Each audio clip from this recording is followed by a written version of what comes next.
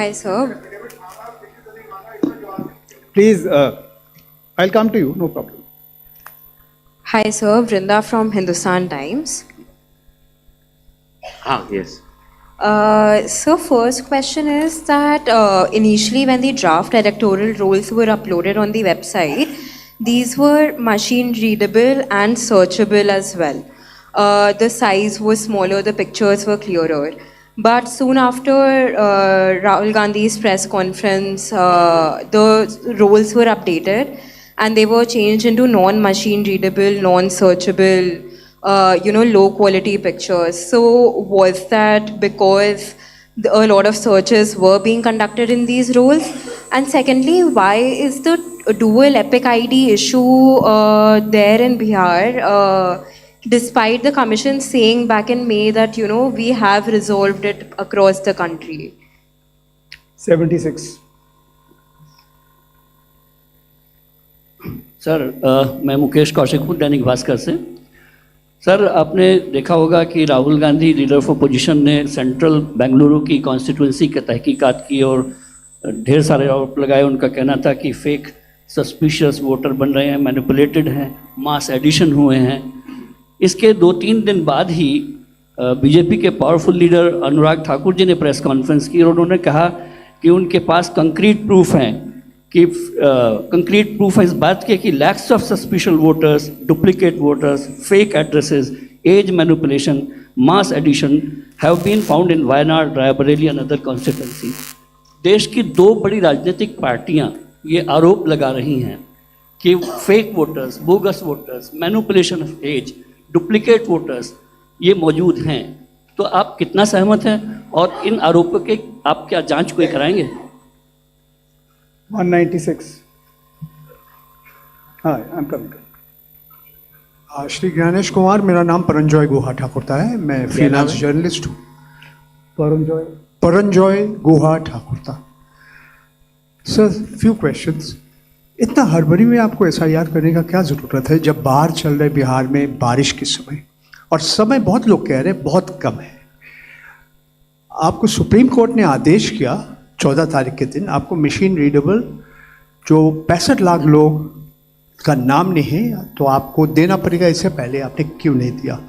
आखिरी सवाल है कि महाराष्ट्र में जो 40 लाख नया वोटर आए हैं और लोग कह रहे हैं कि पहला बार महाराष्ट्र के इतिहास में, भारतवर्ष के इतिहास में वोटर ज़्यादा और 18 साल उम्र के लोग कम, और 5 बजे के बाद बहुत लोग वोट दिया।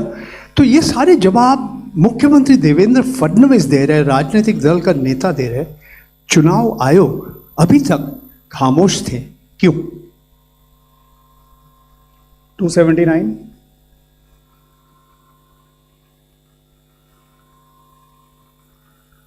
सर, मैं पीयूष पांडे हूँ, TV9 भारतवर्ष से। मेरा सवाल ये है कि एआई और डीप फेक जैसे तकनीकी खतरे भी मंडरा रहे हैं, राजनीतिक दल उसका प्रयोग भी कर रहे हैं।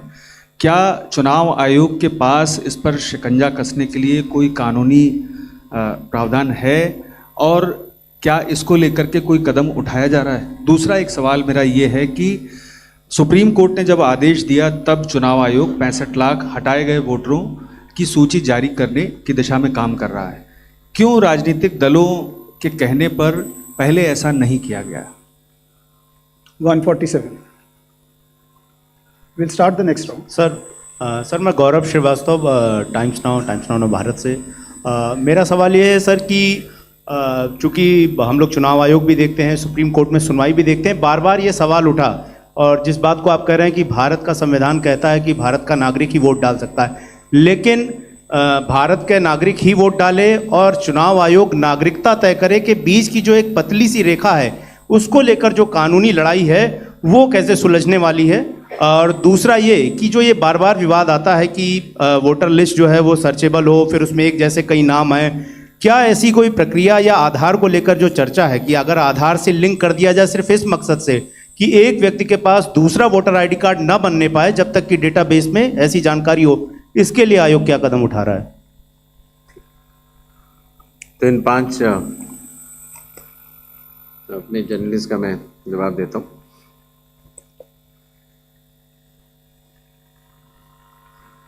मशीन रीडेबल मतदाता सूची और सर्चेबल मतदाता सूची, दोनों में हमें अंतर समझना होगा। जो चुनाव आयोग की वेबसाइट में मतदाता सूची होती है, उसमें आप एपिक नंबर डाल के सर्च कर सकते हैं, डाउनलोड भी कर सकते हैं। इसको मशीन रीडेबल नहीं कहा जाता। मशीन रीडेबल के ऊपर मैंने आपको शुरुआती उसमें बताया था कि 2019 में माननीय सुप्रीम कोर्ट ने भी इस विषय का गहन अध्ययन किया और ये पाया कि मशीन रीडेबल इलेक्टोरल रोल देने से वोटर की प्राइवेसी का हनन हो सकता है। इसलिए मशीन रीडेबल एक अलग चीज़ है। मशीन रीडेबल का अर्थ ये होता है कि आप उस इलेक्टोरल रोल को पढ़ भी सकते हैं। उसमें अगर आपके पास कंप्यूटर पे वो सूची आ गई तो आप ये फ़ोटो उठा के दूसरी जगह भी डाल सकते हैं। अगर आपने एक व्यक्ति की फ़ोटो दूसरी जगह डाल दी और पलट दी तो वो व्यक्ति वोट ही नहीं कर पाएगा, क्योंकि जब वो वोट करने जाएगा तो उसका चेहरा नहीं मिलेगा। तो मशीन रीडेबल एक अलग चीज़ है, मशीन रीडेबल वर्जित है। तो उसको आप, और ये चुनाव आयोग का अकेला फैसला नहीं है, ये चुनाव आयोग का फैसला माननीय सुप्रीम कोर्ट के जजमेंट के बाद है और 2019 से है। तो मशीन रीडेबल अलग चीज़ हो गई और एक लिस्ट को सर्च करना वो एक अलग विषय हो गया। जब आप एक लिस्ट को सर्च करते हैं तो उसमें एक सवाल यह आया था कि डुप्लीकेट एपिक की समस्या चुनाव आयोग ने जब पहले सॉल्व कर ली तो इस तरह के डुप्लीकेट एपिक दोबारा कैसे आए। डुप्लीकेट एपिक दो तरीके से हो सकते हैं। एक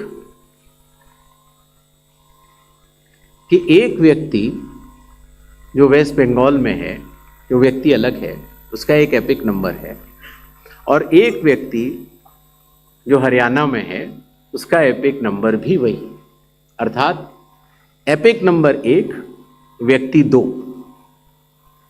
जब ये सवाल उठा लगभग मार्च 2025, जब हम लोगों ने उसके ऊपर चर्चा की और उसको हम लोगों ने पूरे देश भर में सुलझाया, लगभग ऐसे 3 लाख लोग मिले जिनकी एपिक संख्या 1 थी,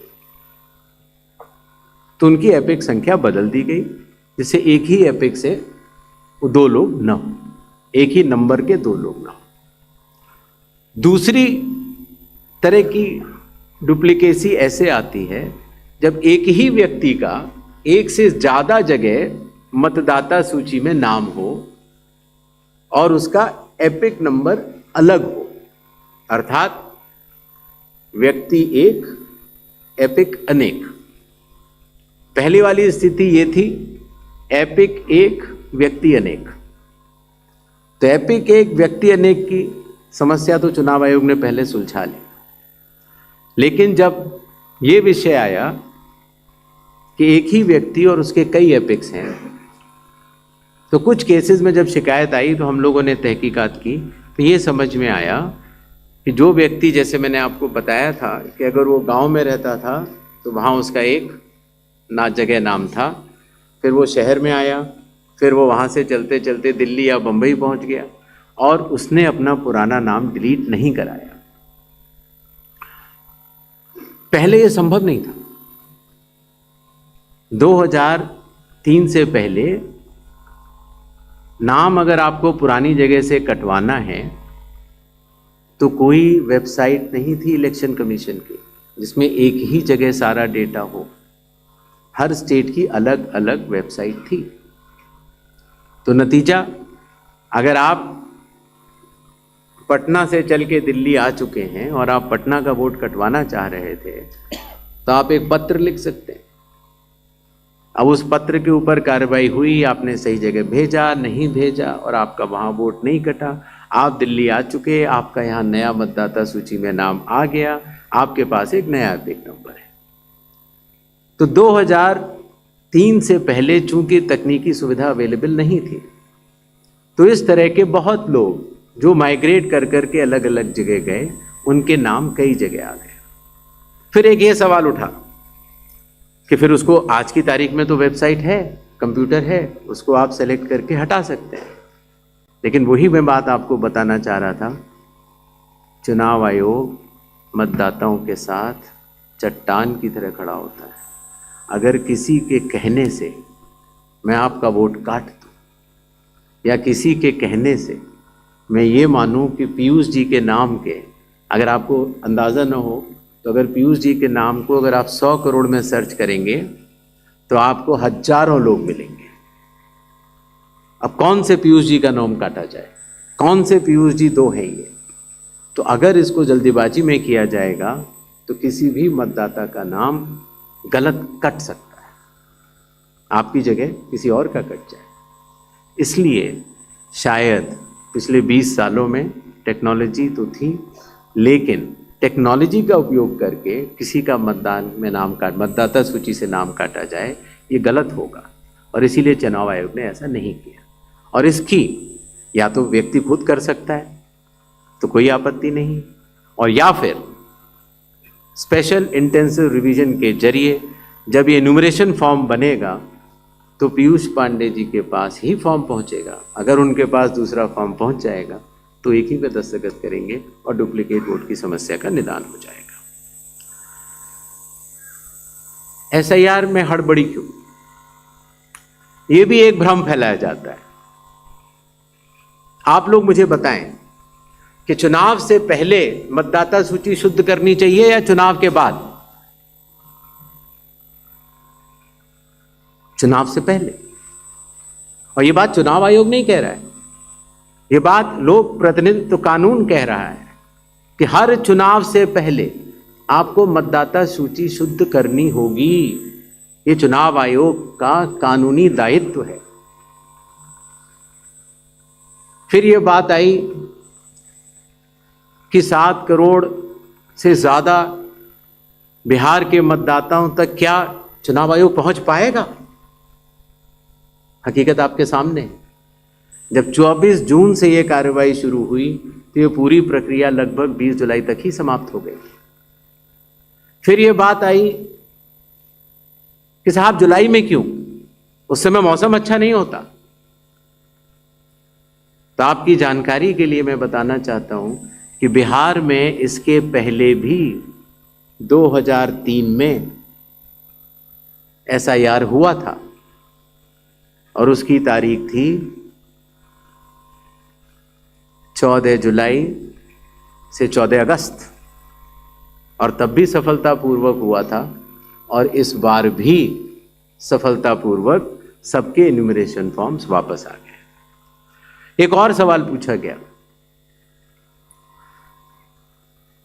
कि माननीय सुप्रीम कोर्ट के कहने से हम लोगों ने ये मशीन रीडेबल फॉर्मेट क्यों दिया। माननीय सुप्रीम कोर्ट ने ये स्पष्ट कहा है कि हर जिले की अलग वेबसाइट बनाई जाए और हर जिले की वेबसाइट पर एपिक नंबर से सर्च होने वाली सूची रखी जाए। और आपको ये जानकर हर्ष होगा कि 56 घंटों के अंदर चुनाव आयोग ने उसका अनुपालन किया है और हर जिले की वेबसाइट की सूची आप सबको जो फोल्डर दिया गया है उसमें है, आप भी सर्च कर सकते हैं। जहां तक आपके पास जो फोल्डर दिया गया उसमें एक वो भी मिनट्स मौजूद है 20 जुलाई के, जहां पर अगर आप खोलेंगे तो उसमें आप पाएंगे कि हर बूथ पर booth level officer, booth level agent, sarpanch सबने मिलकर ये दस्तखत करके सूची बनाई कि ये लोग मृत पाए गए हैं, उनका एपिक नंबर भी है, उनका नाम भी है, और ये लोग स्थायी रूप से स्थानांतरित पाए गए हैं, उनका नाम भी है, और इन लोगों का इन्यूमरेशन फॉर्म या इन लोगों का नाम एक जगह से ज्यादा है, वो भी है। आप उस सूची को देखें तो ऐसा नहीं है कि चुनाव आयोग ने ये लिस्टें साझा नहीं की थी, लेकिन चूंकि इसका अंतिम निर्णय अभी ईआरओ ने नहीं लिया था, इसीलिए ये सूचियां राजनीतिक दलों को दे दी गई थी।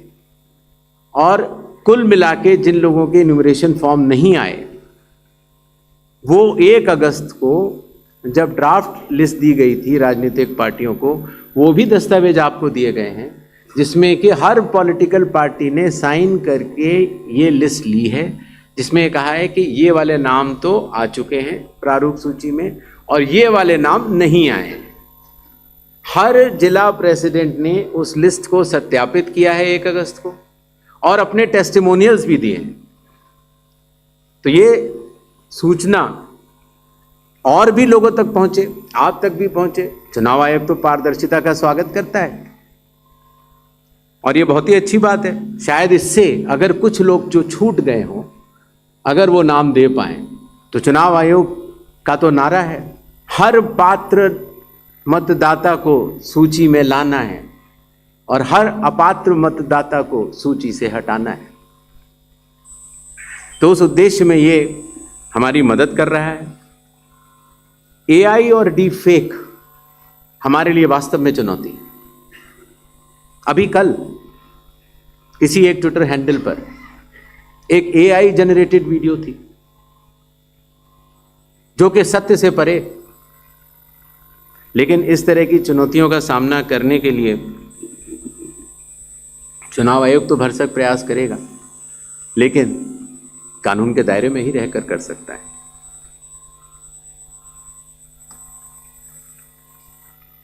एक और सवाल आया था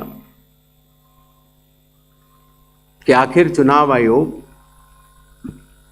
पात्रता की जांच क्यों कर रहा है। संविधान के अनुच्छेद 326 में हर मतदाता की पात्रता स्पष्ट रूप से लिखी गई है और वो पात्रता ये कहती है कि मतदाता सूची में नाम आने के लिए सिर्फ भारत के नागरिक और 18 वर्ष की आयु पूरे कर चुके व्यक्ति ही पात्र हैं। रेजिडेंसी लॉज भी हैं जो कि अलग कानून में बनते हैं, जो कि ऑर्डिनरी रेजिडेंट हैं, या कोई व्यक्ति जो संविधान या किसी कानून के अनुरूप उसको वर्जित किया गया है चुनाव लड़ने के लिए, उनका नाम नहीं आ सकता। तो आर्टिकल 326 जो कि चैप्टर इलेक्शंस के अंदर आता है, जो कि हम यहाँ पर आपके समक्ष बैठे चुनाव आयोग की एक संवैधानिक जिम्मेदारी है, हम उसको निभाने के लिए पात्रता की जांच कर रहे हैं। नेक्स्ट 187.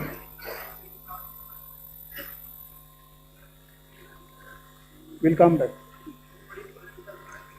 उसका जवाब मैं दे चुका हूं, शायद आपने, मैं दोबारा बता देता हूं। ग्रेडेड रिस्पांस होता है चुनाव आयोग का।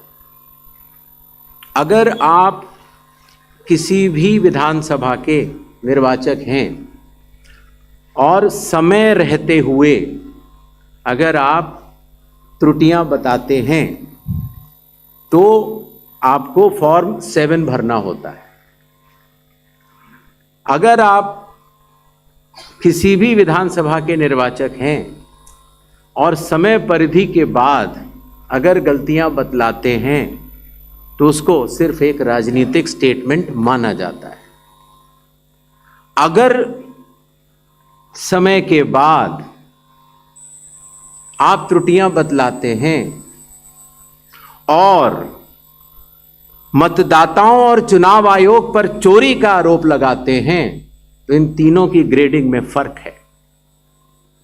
और इसीलिए मैं सभी से यह निवेदन करूंगा कि अगर आप निर्वाचक नहीं हैं और अगर आपको शिकायत करनी है चुनाव आयोग के समक्ष, तो आपके पास, मेरे पास, किसी भी सांसद के पास, किसी भी एमएलए के पास और आपके पास भी सिर्फ एक ही विकल्प है, और वो विकल्प है registration of electoral rules, rule 20 sub clause 3 sub clause B, जिसमें कि आपको इलेक्टोरल रजिस्ट्रेशन ऑफिसर के सामने जिस भी कारण से आप बता रहे हैं कि ये गलत है, आप वो एविडेंस प्रोड्यूस करेंगे और आप शपथ लेंगे और आप इस बात को बताएंगे आगे। 187. Gyanesh sir, We'll come back, we'll come Ankit back. Gupta ABP news से। सर, 2-3 सवाल हैं जो एक दूसरे से जुड़े हुए हैं। पहला सवाल ये है, जिसका भी आप भी जिक्र कर रहे थे कि साल भर में जो है ये स्पेशल समरी रिवीजन जो है कई बार होता है, स्पेशल समरी रिवीजन। तो इस साल की शुरुआत में जब जो है समरी रिवीजन हो चुका था, तो उसके बाद पिछले 6-7 महीनों में करीबन 22 लाख लोग मृत पाए गए, करीब 32 लाख शिफ्ट हो गए। तो ये आंकड़ा पिछले 6-7 महीने में 22 लाख लोग मर कैसे सकते हैं, ये सवाल उठाया जा रहा है। अगर समरी रिवीजन हुआ था और अब तक, तो ये आंकड़ा जो है क्यों इतना ज्यादा भिन्न, पहले ये सब क्यों नहीं हुआ? इसी के साथ में उसी से जुड़ा हुआ सवाल ये है, विपक्षी पार्टियां ये कह रही हैं, इसका मतलब तो ये है 2024 का 1 साल पहले जो चुनाव हुआ था, वो इसका मतलब जो तमाम आप 65 लाख का आंकड़ा अभी दे चुके हैं, हो सकता है ये आने वाले दिनों में और बढ़े, उन फर्जी मतदाताओं के साथ में हुआ था क्या चुनाव? ये तो सिर्फ बिहार की बात हो रही है, तो क्या इन फर्जी मतदाताओं के साथ में 2024 का चुनाव हुआ था? तीसरा सवाल इसी से जुड़ा हुआ, क्या ये एनआरसी हो रहा है एसआईआर की आड़ में? ये सवाल लगातार कहा जा रहा है, और वो क्यों कहा यह जा रहा है कि एक धर्म के लोगों को वोट काटे जा रहे हैं, एक पार्टी को फायदा पहुंचाने के लिए कार्रवाई की जा रही है। तो लगातार इस तरीके के सवाल। 185. मेरा नाम मुकेश कुमार सिंह है, मैं एक फ्रीलांस जर्नलिस्ट हूँ। मैं आपसे जानना चाह रहा हूँ कि इस बात का ग्रेडिंग कैसे की जाएगी कि जो अभी आपने उदाहरण दे के बताया कि ईपीआईसी में एक आदमी नाम डुप्लीकेट करेगा, जब तक आपके पास कोई यूनिक फीचर नहीं होगा, जैसे आधार के मामले में बायोमेट्रिक्स एक यूनिक फीचर का काम करता है हर इंडिविजुअल के लिए ना, उसी तरीके से अगर आप ईपीआईसी से इसको नहीं जोड़ेंगे तो ये संभव ही नहीं है कि आप कभी जिंदगी में डुप्लीकेसी को चेक कर पाए, चाहे कितने एफर्ट्स कर लें। यहाँ आपको टेक्नोलॉजी की ही मदद लेनी पड़ेगी, मैनुअली ये ह्यूमनली पॉसिबल नहीं है। और इसी से जुड़ा हुआ सवाल ये भी है कि जब इस तरह की चीज़ें हमारे सामने आती हैं, यानी डुप्लीकेसी को चेक करने की, वही डुप्लीकेसी हमारे सामने जब वोटर लिस्ट में सामने आती है तो एक नया बखेड़ा खड़ा होता है। आप चुनाव आयोग के सामने सबसे इंपॉर्टेंट चीज़ ये है कि अगर किसी चीज़ की शिकायत की जा रही है तो क्या चुनाव आयोग सबसे पहले शिकायत की जांच करने पे जोर देगा या शिकायतकर्ता कौन है उसकी जो है वो कलई खोलने पे जोर देगा? ये एक ऐसी सवाल, एक कॉन्स्टिट्यूशनल इंस्टीट्यूशन पे इस तरह का दाग भी लगना अपने आप में शर्मनाक है। यानी अगर उससे आप हमें बचाइए, इस देश को तो बचाइए, इस डेमोक्रेसी को बचाइए, हम आपसे ये उम्मीद करते हैं। 247. Hey, just one. Wait, I'll come back to you. Damini Nath from the Indian Express. Sir, 7.24 crore electors forms were received as of 1st August. So how many of these submitted documents along with that? And now that 15 days are over, how many more documents have been made for these electors? And the other question I have is regarding, recommended by BLO and not recommended. What is the basis on which BLO will recommend or not recommend if the documents have not been submitted? 39. Good afternoon sir, Manohar Kesari, news x और India news से।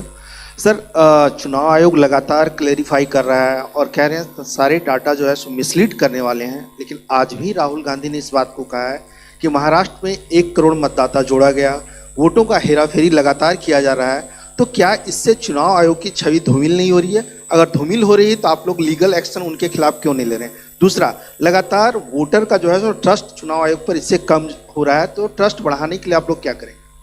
218. Hello, इधर sir, मैं sir इधर right side, प्रशांत देव, news 24 से। 2 सवाल हैं sir मेरे। पहला सवाल ये है कि जो 65 लाख नाम कटने की बात आ रही है, ये तो ठीक है, आंकड़े बढ़ भी सकते हैं, घट भी सकते हैं। कितने नाम जुड़े फॉर्म 6 के, मतलब नए मतदाताओं, जब से एसआईआर शुरू हुई कितने नाम जुड़े? दूसरा, आपने कई बार ये बात कही कि निराधार आरोप लगाए जा रहे हैं, वोट चोरी की जा रही है जिसमें कोई सत्यता नहीं है। अगर ये बात सच है, दूसरी तरफ आप ये कहते हैं कि वैध मतदाता कोई छूटे नहीं, और अगर कोई लीडर, कोई भी लीडर अगर इस तरह का झूठ बोल रहा है, क्या आपके पास कोई अधिकार नहीं है उनके खिलाफ कानूनी कार्रवाई करने का? आप उनको बनाते हैं, रजिस्ट्रेशन देते हैं। ये 2 सवाल है सर। पहला ये था कि 6 महीनों में इतने मृत लोग कैसे पाए गए। शायद इसका जवाब मैं पहले दे चुका था कि पिछले 20 सालों से जब ये नॉर्मल रिवीजन होता है तो घर घर जाकर इन्यूमरेशन फॉर्म नहीं दिया जाता है, और शायद इसलिए कई बार जब घरों में किसी की मृत्यु हो जाती है तो वो इन्फॉर्मेशन बीएलओ के पास कैसे आएगी? तो बीएलओ के पास अगर उस परिवारजनों ने न बताई तो बीएलओ के पास संभव नहीं होगा। इसीलिए 22 लाख मतदाता कोई 6 महीने में मरे हुए नहीं हैं। ये वो मृत मतदाता हैं जो लगभग पिछले 20 सालों में रिकॉर्ड करने से छूट गए और इन्यूमरेशन फॉर्म की वजह से ये सत्य सामने आ रहा है।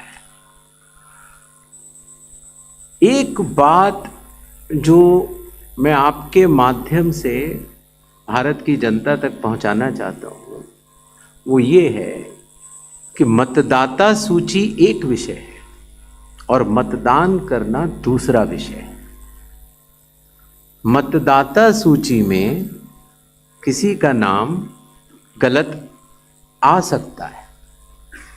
अगर बूथ लेवल ऑफिसर से गलती हुई हो या राजनीतिक दलों ने उस पर ध्यान न दिया हो तो किसी भी व्यक्ति का नाम मतदाता सूची में गलत आ सकता है।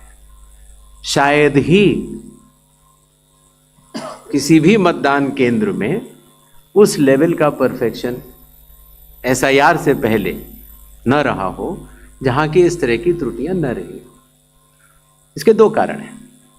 एक तो हमारे बूथ लेवल ऑफिसर्स की जो ट्रेनिंग अब हम लोगों ने दिल्ली में शुरू की है और उसके साथ साथ उनके दायित्व को उनको समझाना। आपको अंदाज होगा कि कितने बूथ लेवल ऑफिसर्स हैं इस देश में? 10.5 लाख।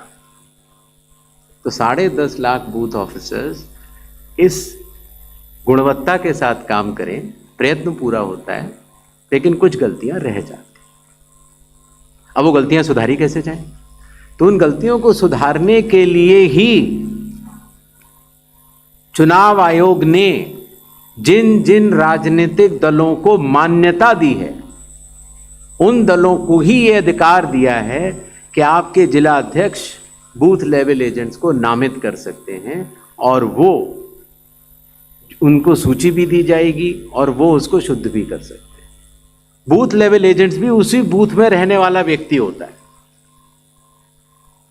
तो ये हमारी एक साझा जिम्मेदारी है, मतदाता की, बूथ लेवल ऑफिसर अर्थात चुनाव आयोग के पास जो डेपुटेशन पर अधिकारी है उसकी, और राजनीतिक दलों की। तो मतदाता सूची को शुद्ध करना, जिस पर हम आगे अब एसआईआर के साथ बढ़ रहे हैं, तो साझी जिम्मेदारी है। लेकिन बिहार में चूंकि हमारे बूथ लेवल ऑफिसर्स ने बूथ लेवल एजेंट्स और राजनीतिक दलों के साथ मिलकर ही काम किया, उसकी कॉपीज मैंने आपको दी हैं कि जो लोग मृत पाए गए, जो लोग स्थानांतरित पाए गए, जिन लोगों के 2 जगह मतदाता सूची में नाम है, वो सभी ने मिलकर सत्यापित किए हुए हैं। तो शायद इसीलिए जब 1 अगस्त के बाद हमारी डेली बुलेटिन आनी शुरू हुई तो किसी भी राजनीतिक दल ने अभी तक एक भी आपत्ति दर्ज नहीं कराई है।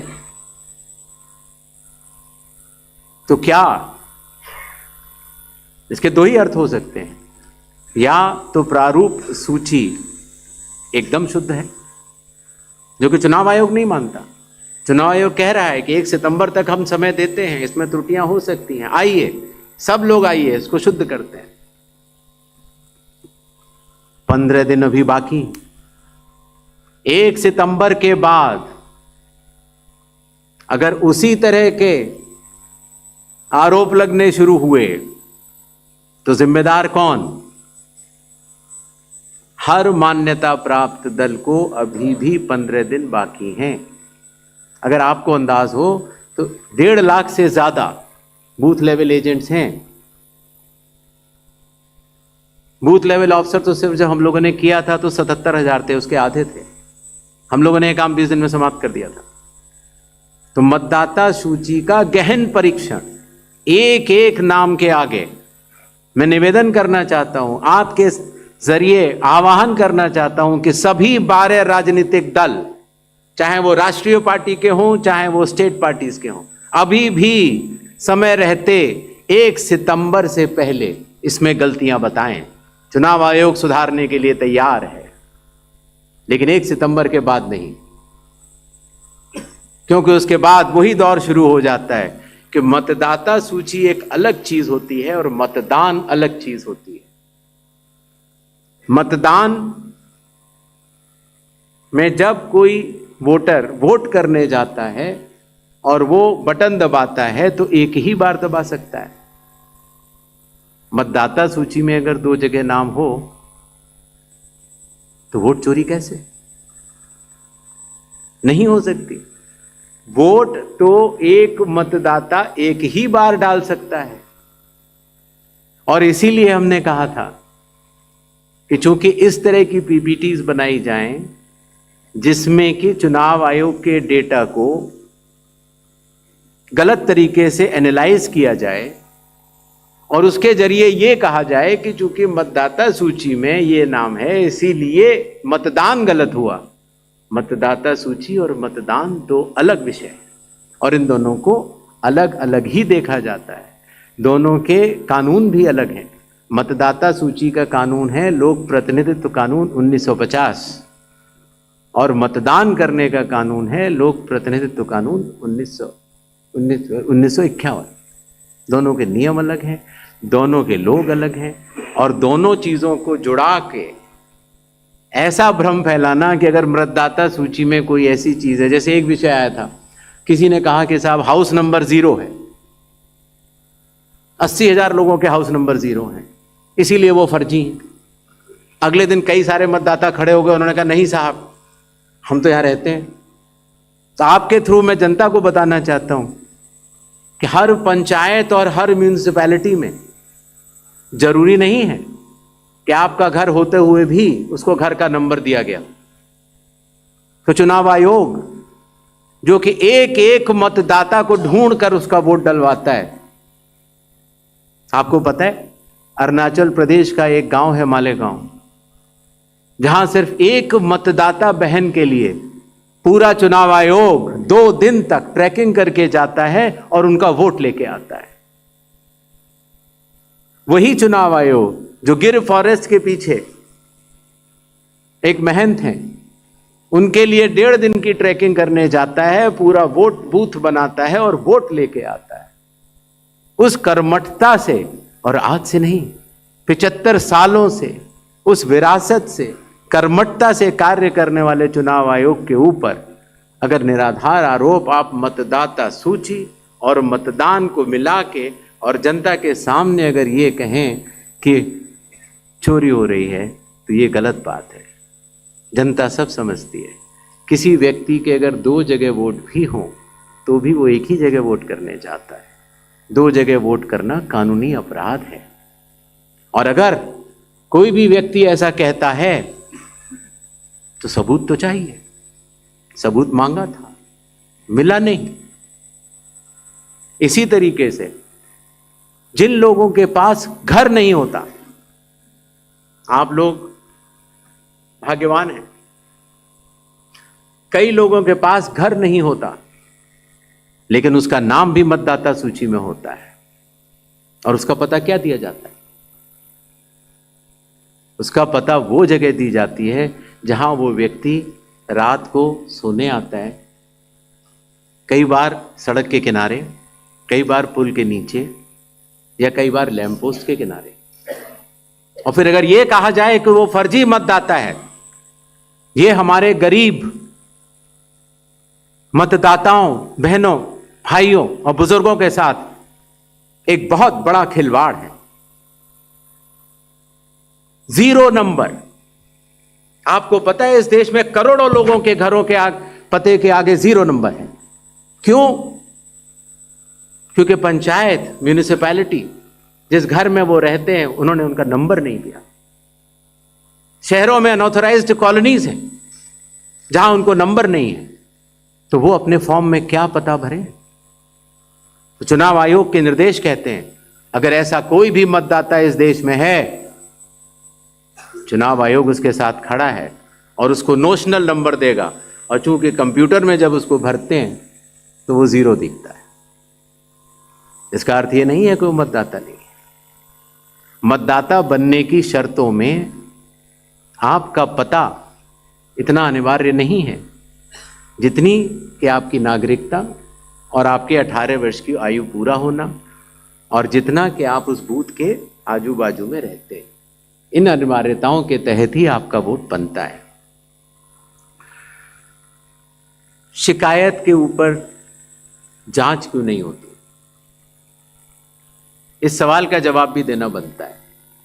अगर मीडिया में किसी एक व्यक्ति के बारे में शिकायत आ जाए तो चुनाव आयोग कहता है कि नियम में तो नहीं है लेकिन कर लेनी चाहिए। वो सीईओ को बोलता है, या सीईओ कई बार चीफ इलेक्टोरल ऑफिसर स्वतः संज्ञान ले लेते हैं, डीएम स्वतः संज्ञान ले लेते हैं और जांच कर लेते हैं।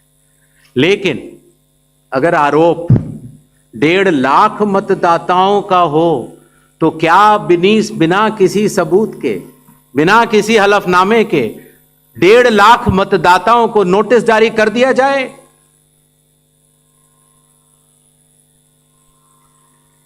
क्या यह न्याय संगत होगा? कानून में न प्रावधान है, न कोई शपथ पत्र है, न कोई एविडेंस है, न कोई सबूत है, तो क्या 1.5 लाख नोटिस जारी करके उन मतदाताओं को एसडीएम के दफ्तर में बुलाया जाए और यह कहा जाए कि आप फर्जी? क्या मतदाता चुनाव आयोग से यह नहीं पूछेगा कि आपके पास क्या सबूत है? आज भी आपके मीडिया में चल रहा है, जितने नाम लिए गए सब एक एक करके सामने आ रहे हैं। और अगर चुनाव आयोग ने उनको नोटिस दिया होता तो हमारी साख गिरती कि बढ़ती? किसी ने सवाल पूछा था तो मैंने सोचा बतलाता चलो। बिना किसी सबूत के किसी भी वैलिड मतदाता का नाम नहीं कटेगा। चुनाव आयोग हर मतदाता के साथ चट्टान की तरह खड़ा हुआ है। अगर कोई सोचता है कि एक पीपीटी देकर, जो कि चुनाव आयोग के आंकड़े नहीं हैं, चुनाव आयोग ने मतदाता सूची जरूर दी है, लेकिन पीपीटी में गलत तरीके से एनालाइज करना, गलत आंकड़े देना और यह कहना कि पोलिंग ऑफिसर ने कहा है कि इस महिला ने 2 बार वोट दिया है, इतने संगीन विषयों पर बिना हलफनामे के चुनाव आयोग को काम नहीं करना चाहिए। यह संविधान और कानून दोनों से विरुद्ध में होगा। और यह भी मैं आपको बतलाना चाहता हूं, यह सवाल जो आया था ट्रस्ट, मैंने आपको पहले भी कहा था कि जहां तक मतदाताओं की बात है, हिंदुस्तान में 60% से ज्यादा वोटिंग होती है। जो दुनिया के बड़े बड़े जनतंत्र जिसके लिए सोच सकते हैं, दुनिया का सबसे बड़ा जनतंत्र है भारत। दुनिया का सबसे बड़ी मतदाता सूची हमारे पास है, लगभग 90 करोड़ से 100 करोड़ के बीच में। सबसे बड़ी मतदाता सूची, सबसे बड़े चुनाव कर्मियों की फौज, सबसे ज्यादा मतदान करने वाले लोगों की संख्या, और इन सब के समक्ष, सारे मीडिया के समक्ष ये कहना कि अगर मतदाता सूची में आपका नाम एक बार और है तो आपने 2 बार मतदान किया होगा और कानूनी अपराध किया होगा, और मेरे सारे मतदाताओं को अपराधी बनाना और चुनाव आयोग शांत रहे, संभव नहीं। हलफनामा देना होगा या देश से माफी मांगनी होगी, तीसरा विकल्प नहीं है। आपके माध्यम से मैं यह भी कहना चाहता हूं, अगर 7 दिन में हलफनामा नहीं मिला तो इसका अर्थ ये सारे आरोप निराधार हैं और हमारे मतदाताओं को यह कहना कि वो फर्जी हैं, इसके ऊपर जो भी इस बात को बोल रहा है उसको माफी मांगनी चाहिए। महाराष्ट्र में वोटर लिस्ट बढ़ी, समय रहते जब ड्राफ्ट सूची थी तो दावे और आपत्ति क्यों नहीं जमा कराए गए? जब रिजल्ट निकल आया तब याद आया कि यह गलत था, और एक भी मतदाता का नाम सबूत सहित आज तक चीफ इलेक्टोरल ऑफिसर महाराष्ट्र को नहीं मिला। चुनाव हुए 8 महीने हो गए। महाराष्ट्र में क्यों नहीं उच्चतम न्यायालय में चुनावी याचिका दायर की गई? फिर एक बात यह कही गई कि आखिरी घंटे में इतना मतदान कैसे? चुनाव आयोग ने जवाब दिया था और आप सबने लिखा भी था कि अगर 10 घंटे मतदान होता है तो हर घंटे 10% का औसत होता है। आखिरी घंटे में 10% से कम मतदान हुआ। तो ये बात कैसे कही जा रही है? ऐसा नहीं होता कि किसी भी बात को अगर आप 10 बार बोलते रहें, 20 बार बोलते रहें तो सच हो जाए। सच सच होता है और सूरज पूरब में ही उगता है, किसी के कहने से पश्चिम में नहीं उगा करता। Next, Just next round. 272. सबको मौका देना है। Please. 272, 167, 184, 81. ये and लास्ट है 266. Hello Yes. सर, मैं अखिलेश हूँ IANS न्यूज एजेंसी से। सर, मैं अखिलेश हूँ IANS न्यूज एजेंसी से। मेरा सवाल यह है कि सुप्रीम कोर्ट ने अभी आपको कहा है कि 22 तारीख को नेक्स्ट हियरिंग होनी है कि आप ये 11 के अलावा जो लोग छूट गए हैं अपना नाम दर्ज कराना चाहते हैं वो आधार लेकर जाएं। आधार को उन्होंने कहा है कि आप उसको कंसीडर कीजिए। इसका मतलब ये है कि आप जब आगे का SIR कराएंगे या पूरे देश में कराएंगे तो आप ये मान चुके हैं कि 12वां आपका आधार होगा। दूसरी बात, दूसरा सवाल मेरा कि राहुल गांधी संवैधानिक पद पे हैं, नेता प्रतिपक्ष हैं, उनके तमाम सवालों को आपने जवाब दिया और कहा कि सबूतों के साथ आरोप लगाया जाना चाहिए। तो क्या आपको लगता है कि वो गंभीरता से आरोप नहीं लगा रहे हैं या वो सिर्फ राजनीति करने के लिए ऐसा कर रहे हैं? तीसरा मेरा सवाल है कि आपने कहा कि बार बार कहा कि आपको दो सवाल पूछे, अगर देर से आप देते हैं, आप सवाल उठाते हैं तो आपको एफिडेविट देना पड़ेगा। अखिलेश यादव ने 18,000 नामों की एफिडेविट दिया हुआ है। ये राजनीति में बार बार सवाल उठ रहा है कि आपने उसका जवाब नहीं दिया। ये 3 सवाल हैं सर मेरे। ठीक। Yes. Please ask one question only. Sir. Please restrict yourself to one question. बता only. दो। सर, संजय शर्मा आज तक से मेरा सवाल यह है कि आयोग ने राहुल गांधी से कहा कि वो हलफनामा दे, उसके बगैर कार्रवाई नहीं होगी। बीजेडी ने सवाल उठाया है, बीजेडी ने 2024 के लोकसभा चुनाव के पहले। सुन नहीं पाया, जरा दोबारा बोल दीजिए। संजय शर्मा आज तक से हूँ। मेरा सवाल, आयोग नया जरूर है, सवाल पुराना है, लेकिन सवाल उससे जुड़ा है क्योंकि आप भी RP एक्ट की दुहाई देते हैं और संविधान की। तो 2024 के लोकसभा चुनाव के बाद बीजेडी ने यह कहा कि उन्होंने हलफनामा देकर उड़ीसा में मतदाता सूची में गड़बड़ी की शिकायत आपसे की थी, तो उसमें अब तक क्या कार्रवाई हुई है वो अगर आप बता सकें तो सही होगा। और दूसरा, लोग टाइमिंग को लेकर सवाल उठा रहे हैं, एक तरफ राहुल गांधी की प्रेस कॉन्फ्रेंस है, दूसरी तरफ मुकाबले में चुनाव आयोग की। क्या चुनाव आयोग रथ का टूटा पहिया लेकर कृष्ण की तरह? आगे बताएं। हाँ, भाषा देखिए, भाषा अच्छी रहे तो अच्छा लगता है जी। सर, 184। मैं इंडिया टीवी से शोएब रजा।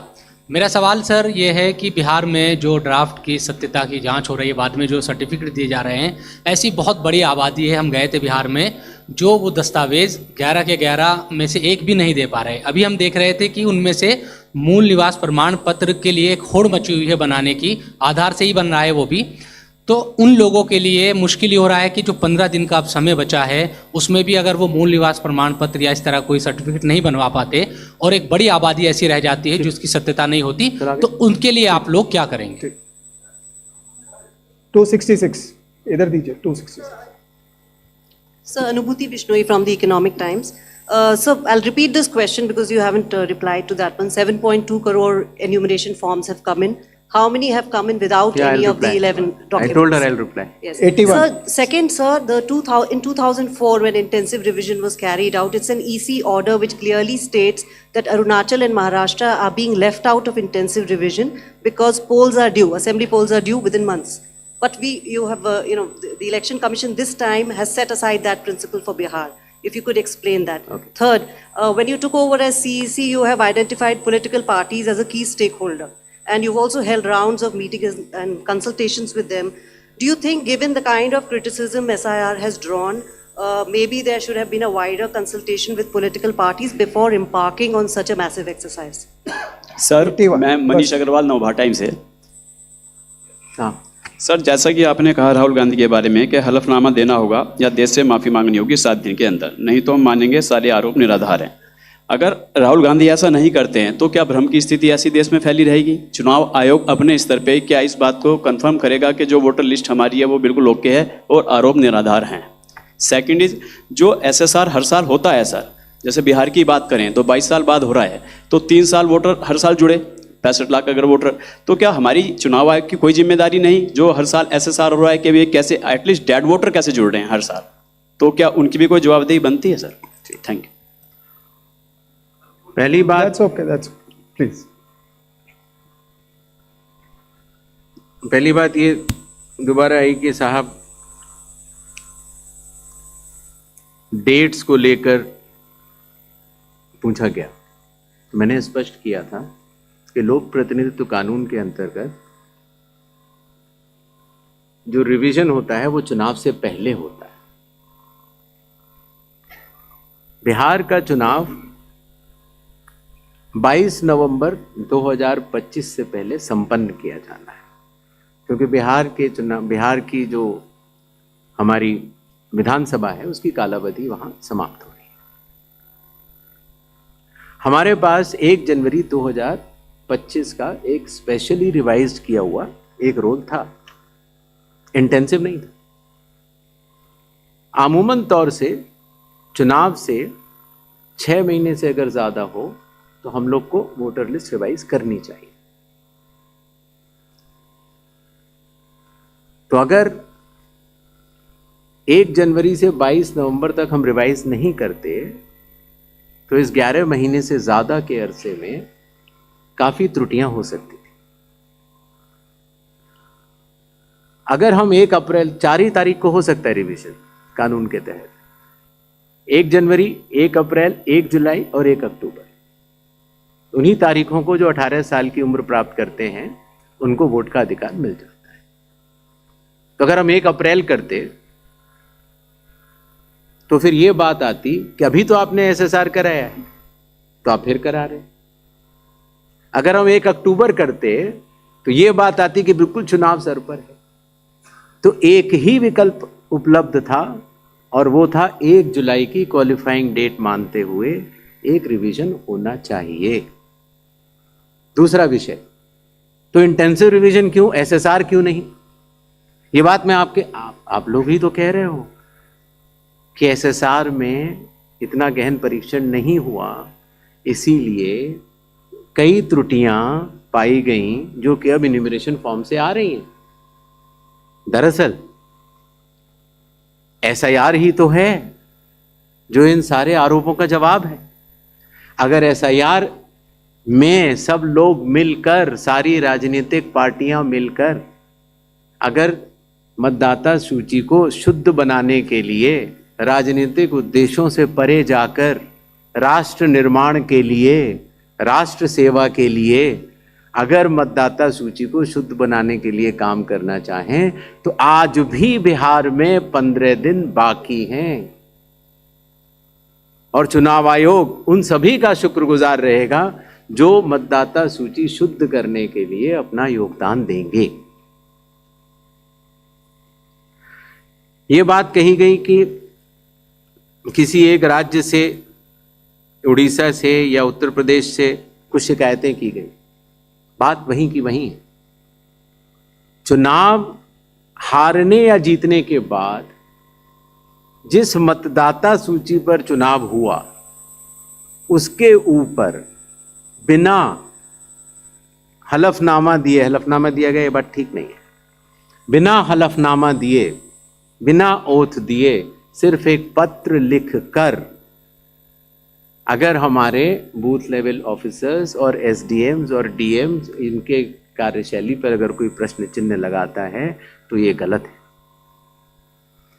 एक सवाल जो मैं पिछली बार जवाब नहीं दे पाया था कि साहब जो ये SIR बिहार में चल रहा है उसमें कितने लोगों के डॉक्यूमेंट आ गए, कितने लोगों ने रिकमेंड किया, किस बूथ लेवल क्या रिकमेंड किया, डाटा लेने की कोशिश तो हो रही है।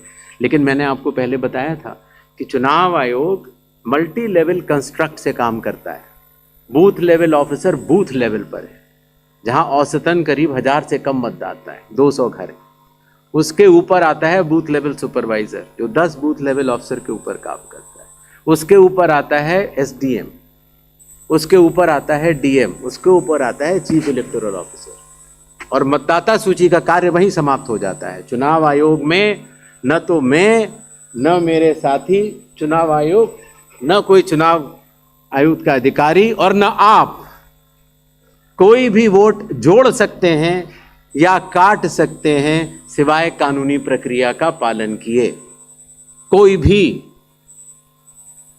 तो आपको इस बात को समझना होगा कि इस कंस्ट्रक्ट में, जो डिसेंट्रलाइज कंस्ट्रक्ट है, इसमें बूथ लेवल ऑफिसर ने जब किसी मतदाता से डॉक्यूमेंट्स लिए या उसने दिए तो कितने डॉक्यूमेंट्स लिए, क्या उसको रिकमेंड किया या नहीं किया, ये सारा विषय अभी भी एसडीएम स्तर पर विचाराधीन है, जिसका निर्णय 30 सितंबर तक आएगा। और उसके पहले इस सवाल का जवाब पूछना और बताना दोनों ही त्रुटिपूर्ण भी रहेगा और वो भी रहेगा। अगर आप आधार के बारे में आपने बोला, माननीय सुप्रीम कोर्ट का स्पष्ट आदेश है कि जो लोग एग्रीव्ड हैं, जो लोग ड्राफ्ट सूची से एग्रीव्ड हैं, वो लोग अपने इन्यूमरेशन फॉर्म को आधार के साथ जमा कर सकते हैं, और चुनाव आयोग उस बात को मानता भी है, उसका पालन भी करता है। आई होप आप सबके काफी प्रश्नों का हम लोग जवाब दे पाए होंगे। Thank you so much. Thank you Please so much. join us for tea on the 4th floor. और जाने से पहले एक बार और आखिर 100 करोड़ की मतदाता सूची और बिहार के 7 करोड़ की मतदाता सूची में सवाल भी कई हैं और जवाब भी कई हैं। सच सुनने की क्षमता भी होनी चाहिए और समझने की क्षमता। तो मैं सिर्फ इतना कहना चाहता हूं जाने से पहले कि एक बार फिर आप सबके माध्यम से भारत के मतदाताओं को बहुत बहुत नमस्कार। और सभी राजनीतिक दलों से हम ये आह्वान करते हैं कि अभी भी प्रारूप सूची में कोई भी त्रुटि हो तो आगे आएं और हमें 1 सितंबर तक बताएं। 1 सितंबर के बाद बतलाने से कोई फायदा नहीं होगा। जय हिंद, जय भारत।